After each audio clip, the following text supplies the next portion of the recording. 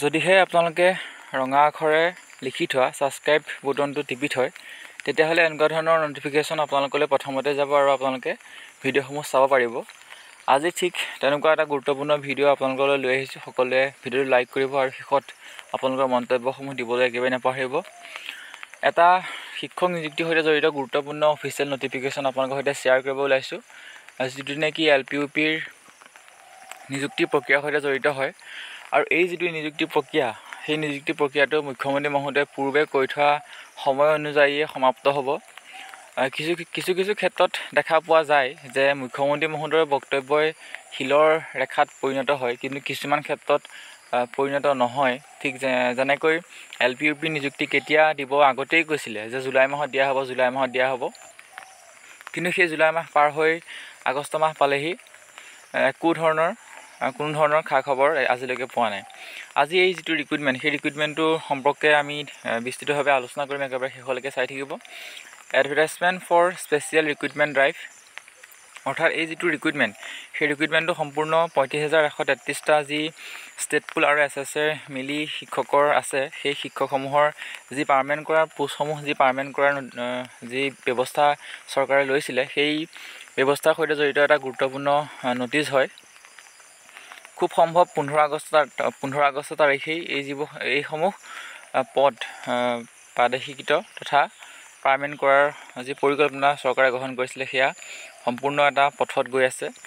যদিহে নটিফিকেশ্যনটো পঢ়ি দিওঁ তেতিয়াহ'লে আপোনালোকে দেখিবলৈ পাব যে 35,133 consisting of assistant teacher of lower primary, assistant teacher of upper primary and science graduate teacher in upper primary etc. অৰ্থাৎ যি পাৰ্মানেণ্ট টিচাৰসকলে যিটো এলাউন্স পায়, যিসমূহ পায় সুবিধা, সেইসমূহ সুবিধা ইয়াত স্পষ্টভাৱে উল্লেখ কৰা আছে। লগতে আমি যদি চাওঁ তেতিয়াহ'লে দেখিম যে কণ্ডিশ্যন অফ ৰিক্ৰুইটমেণ্ট, অৰ্থাৎ কি চৰ্তসমূহ তেওঁলোকে পালন কৰিব লাগিব আৰু কি চৰ্তসমূহ খাব, সেইটো ইয়াত উল্লেখ আছে যে the candidates as on 31 July 2024 must be working as contractual and state pool contractual teacher under SSA. The candidates must complete 5 years of continuing service as on 31 July 2024 as contextual and state pool contextual teacher under SSA.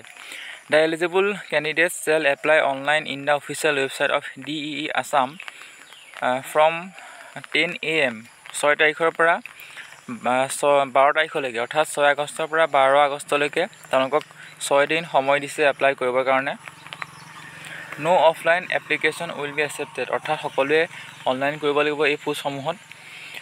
7 number দিয়া আছে যে documents required will be notify on the online portal, অৰ্থাৎ কি document লাগিব সেইসমূহ পুনৰ এবাৰ পৰ্টেলত মুকলি কৰিব। সকলোকে অফিচিয়েল ৱেবছাইটসমূহ চেক কৰি থাকিবলৈ কৈছে। আৰু এইখন সম্পূৰ্ণ ডিৰেক্টৰ অফ এলিমেণ্টেৰী এডুকেশ্যন অসমৰ ফালৰ পৰা আহিছে এখন অফিচিয়েল নটিফিকেশ্যন হয়, যিটো অফিচিয়েল নটিফিকেশ্যন নেকি 35,133টা LPUPৰ যি কণ্টেক্সুৱেল টিচাৰ বা ষ্টেট পুল টিচাৰসকলৰ পাৰ্মানেঞ্চিৰ সৈতে জড়িত হয়।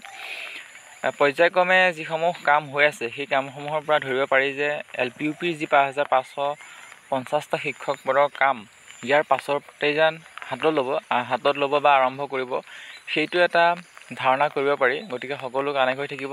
যিকোনো সময়তে আমি এনেকুৱা ধৰণৰ খবৰসমূহ আপোনালোকৰ সৈতে আলোচনা কৰিম। আমাৰ সৈতে কানেক্ট হৈ থাকিব।